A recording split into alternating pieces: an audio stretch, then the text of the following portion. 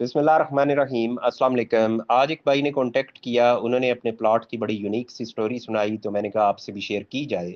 वो कहते हैं कि मैंने 10 मरले का प्लॉट बाय किया, रजिस्ट्री करवाई, उसके बाद इंतकाल दर्ज हो गया। कहते हैं कुछ अरसा गुजरा, मैं कंप्यूटराइज्ड फर्द लेने गया तो मुझे बताया गया कि आपकी खेवट ब्लॉक है, आप पटवारी के पास जाएं, खेवट को दुरुस्त करवाएं। कहते हैं पटवारी के पास पहुंच गया, पटवारी नहीं था, मुंशी से बात हुई। उसने लंबी कहानी सुनाई, ये होगा उसके बाद ये और उसके बाद ये।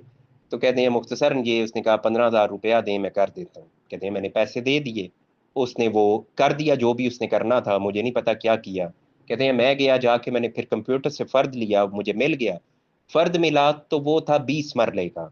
कहते हैं मैंने जायदाद खरीदी थी, प्लॉट खरीदा था 10 मरले, फर्द मुझे मिल रहा है 20 मरले का। तो मैंने उन्हें बताया कि जनाब मेरा रकबा तो 10 मरले है, आप मुझे डबल फर्द दे रहे हैं। तो कहते हैं उन्होंने कहा फिर दोबारा जाएं और जाके पटवारी से दुरुस्त करवा के आए।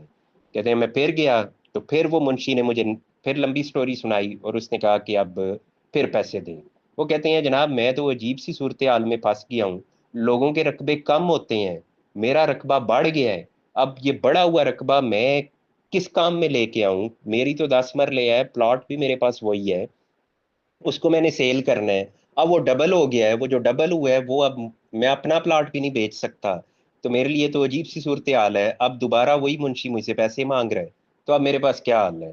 तो मैंने कहा एक तो हल वही है जो आपने पहले लगाया, दूसरा ये है आप एसी के पास चले जाएं, असिस्टेंट कमिश्नर, उसको जाके स्टोरी सुनाएं, उसको बोलें कि जनाब ये मेरी दयानतदारी है कि मैं वो इजाफी रकबा वापस कर रहा हूँ, वो किसी और का हक है, किसी और का रकबा मेरे नाम कर दिया गया है, तो आप इसकी दुरुस्तगी करें।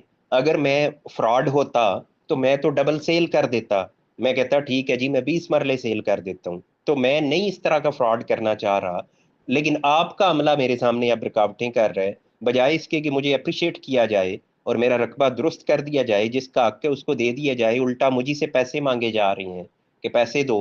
क्योंकि आप फिर एसी को कह सकते हैं, इसी तरह से शर्मिंदा करने वाला होता है मामला कि आप एसी को कहें कि जनाब अब की बार मैं पैसे आपको दूंगा, आप आगे दे दें, पटवारी साहब को देने हैं, मुंशी को देने हैं, जिसको भी देने हैं, ताकि मैं आपसे पूछ लूँ, आप एक जिम्मेदार आदमी हैं, आपसे तो मैं पूछ सकता हूँ कि जनाब पैसे लिए आपने काम नहीं किया।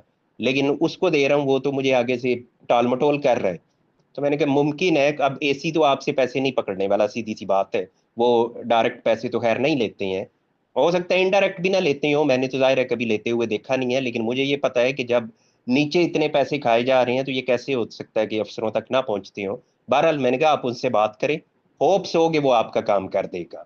वो उसने सिर्फ एक कॉल करनी है एसी ने, और काम आपका हो जाना, और काम भी आपका बिल्कुल दुरुस्त है। आप तो लोगों के रकबे कम होते हैं, लोग उसको दुरुस्त करने के लिए भागते हैं, आपका ज्यादा हुआ है, आप दयानतदारी दिखा रहे हैं, लेकिन ये अपनी आदतों से मजबूर हैं कि हमने पैसों के बगैर काम नहीं करना। तो आप जाके एसी से मिलें, होपफुली आपका काम हो जाएगा।